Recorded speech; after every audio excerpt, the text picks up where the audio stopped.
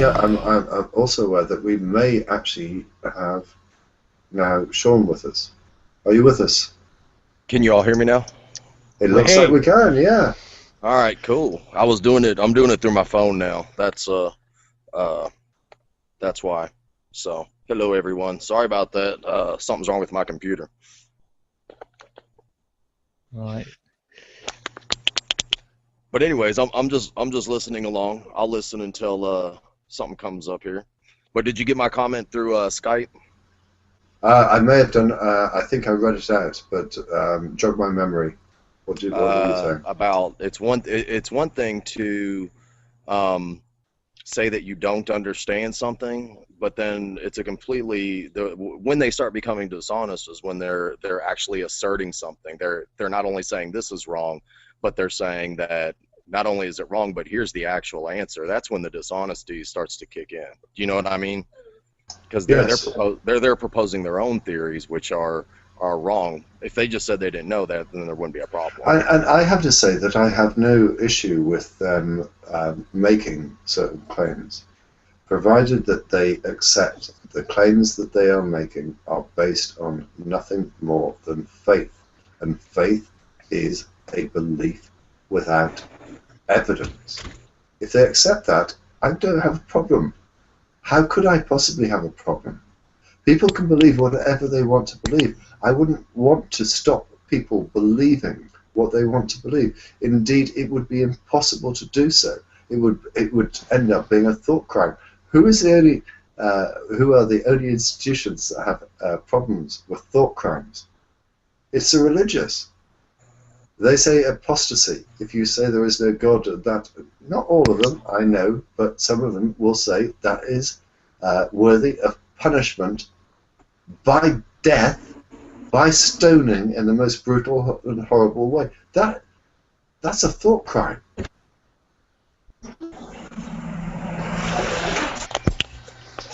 Yeah, I really like the Christians that you can actually joke with about certain passages over the ones that when you simply say that, Acts sounds a little bit like fan fiction, that they get all bent out of shape and call you a blasphemer.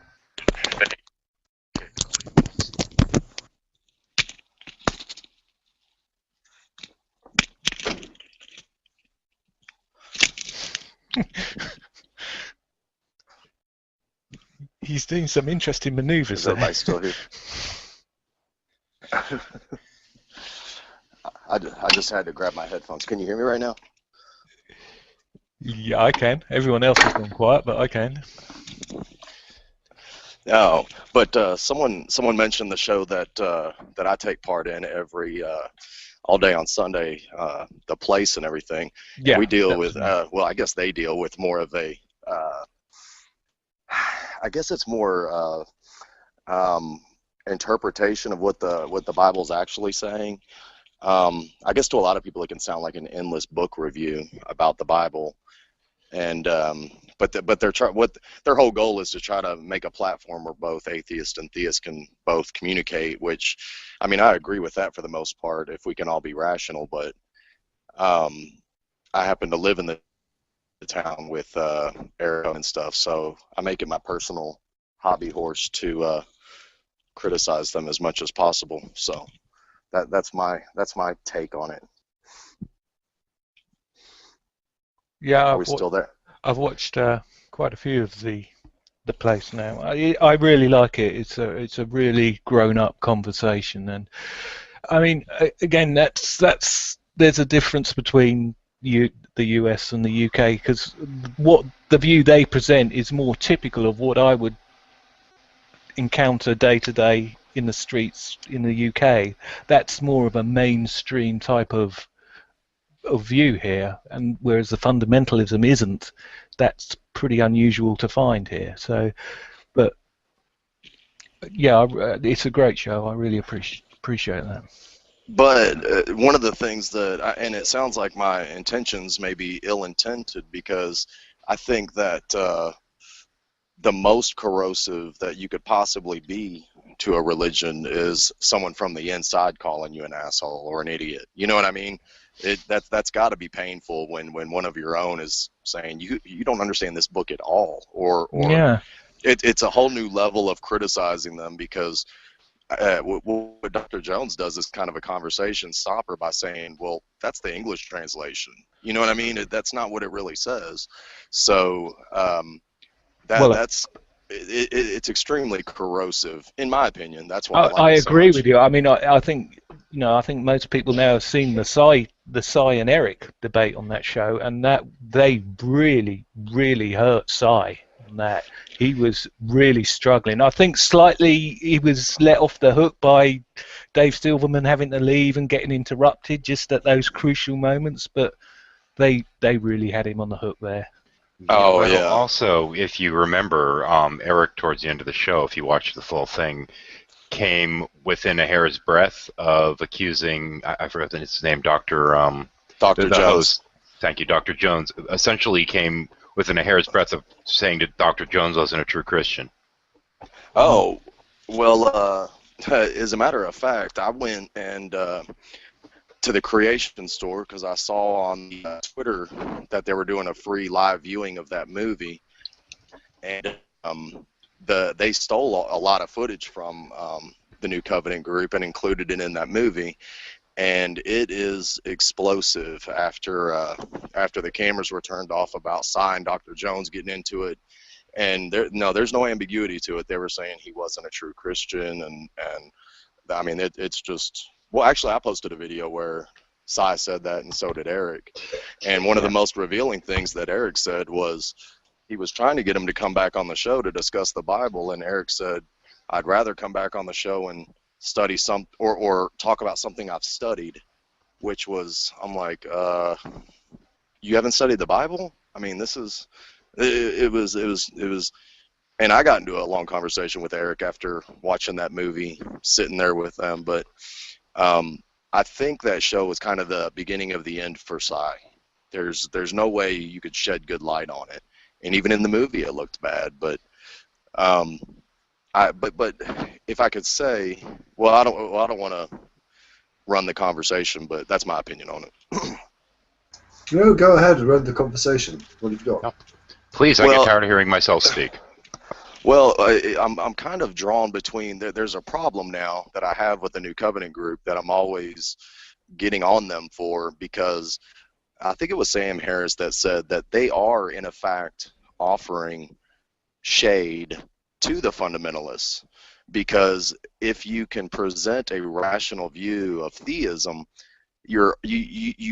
you are on the same boat with a lot of nut jobs. So to me, it's almost an all or nothing proposition. And even Dr. Jones said it himself. He's like, one of the best statements that me and him were talking about when we were talking, he's like, you know, there was no reformed version of the KKK.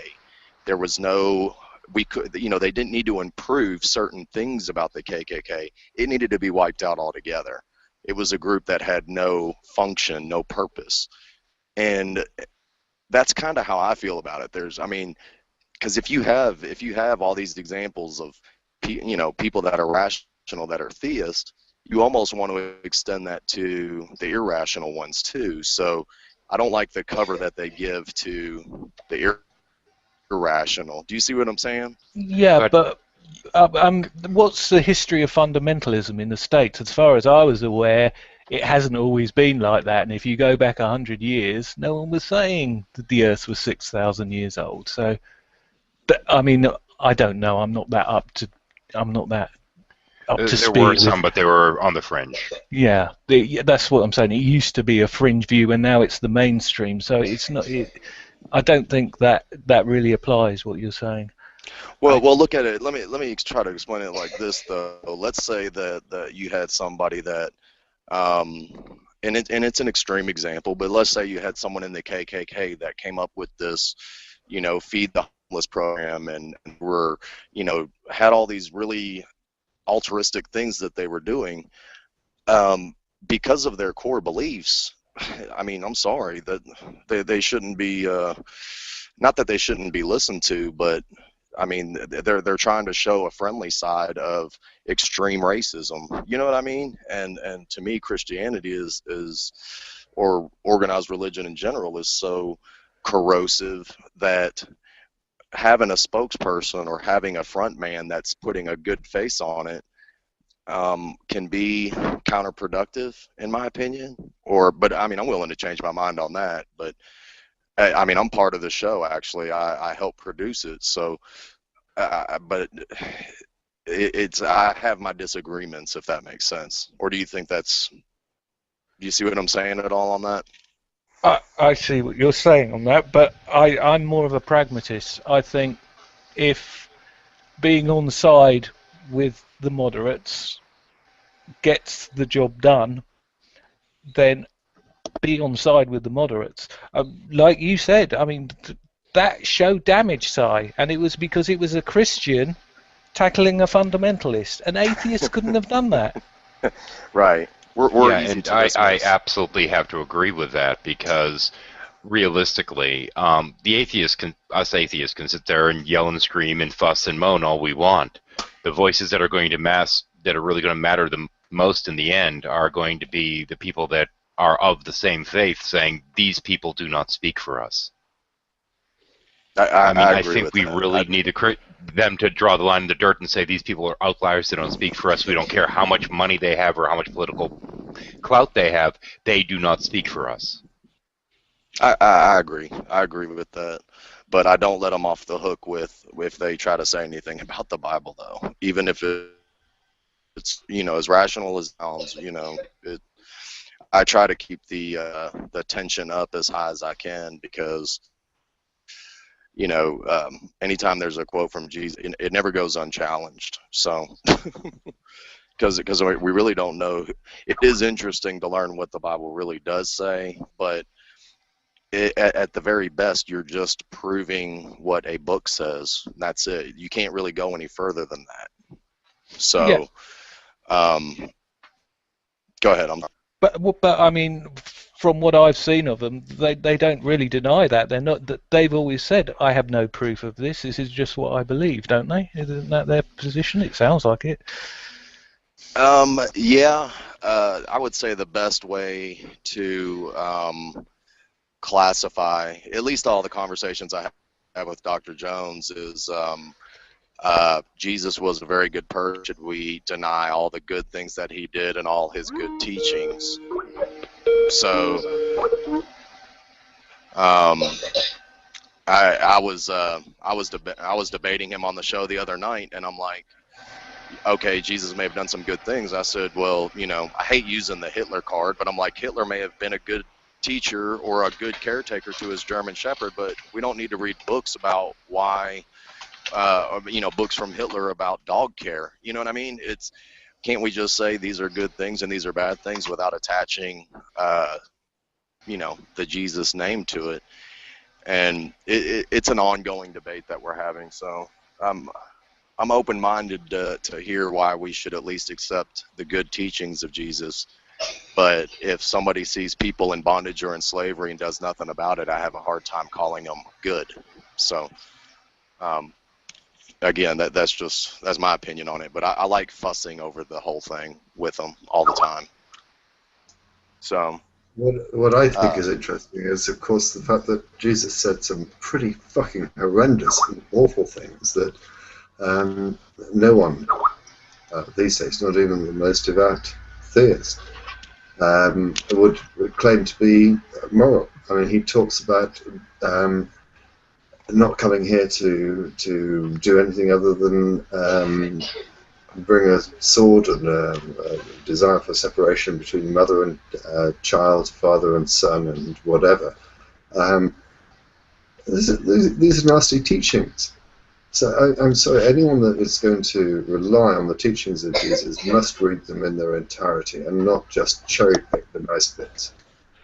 And I agree with you 100% on that, because I've told him, and when those types of things comes up, it's more of, you know, he tries to classify those more as a, you know, he's making fun of people. He's like, if you hold to this, you're going to make yourself look like idiots. And I'm like, no, it seemed pretty clear what he was saying. I come not to, you know, break the law, but to enforce it. And but we have to keep the conversation open so the conversation can keep going. but I don't know. I like trying to throw as many wrenches into the gears as possible. So, but it is I guess a grown up conversation, and that's what derailed the conversation or the debate with Jason and Dan, as I offered for him to use our studio for it, and Jason thinks that they're just out to demolish Christians, and that. It's you. It's you. I did it's it. all your fault. Yeah, it's all your fault that I did. Jason wouldn't no longer debate with Dan. Oh, but you know what? We had Dan on the show, and he is a very impressive speaker. I mean, damn, he's a good speaker. I talked to him after the show, and I'm like, it's a good thing you didn't talk or debate Jason. You can go back and watch the show where Dan's on it. And Dan is he's debated Cy one-on-one, but Dan is a very eloquent speaker, and we all were at the studio kind of shaking our heads like, damn, he was very, very good if you never heard it before. Definitely worth checking out. Okay. And then one last off here. Tomorrow we're going to have Steve Shives on there. I'm sure everybody's familiar with him. We're going to have him on the show. Cool. Everybody knows Steve Shives? Mm-hmm. Okay, cool. Get him on with Creationist Cat. Yep. Do what now? So get What him was on. that? Get him on with Creationist Cat. They can have it out live on the show. Man. Well, guys, I'm sorry about the audio problems. Thanks for letting me chime in for a second. But I'll still be listening to the show. But actually, before you go, I do have a quick question. Sure, go ahead. An associate of mine, Christopher Mate, I believe it's pronounced, has started a show on there, and how's that been received so far? If you look at you watch the stream comments and everything come in, and I put a promo up for him. I guess I feel bad for not mentioning him. He wasn't a guest that I brought on there, but it's being received really, really well. He is from what I've read through the comments and the emails after the show, he was received really, really well, and he's not as outspoken, I guess, like myself about it, where I can I'll try to stop the conversation with just facts and everything, but he's really good at kind of mulling around the ideas that are presented to him and kind of thinking about them a little bit and talking about them very in length. But he's a fantastic speaker himself. Yeah, he's coming up pretty quick. I'm glad to hear it. Thanks for the info. Yeah. He's being received really, really well. Filled a pretty high watched spot on our show, and we're super happy to have him there. But if anything, I always worry about people thinking that my standings on things have changed, and they definitely haven't. But I like being in what I think is the most corrosive organization to religion possible. So, guys, thanks so much for having me on here, and I'll see you tomorrow or next time you have a show, and hopefully Jason Burns won't beat anybody in debate between now and then. It would be embarrassing. I'll talk to y'all later. All right, thanks a lot. Take care.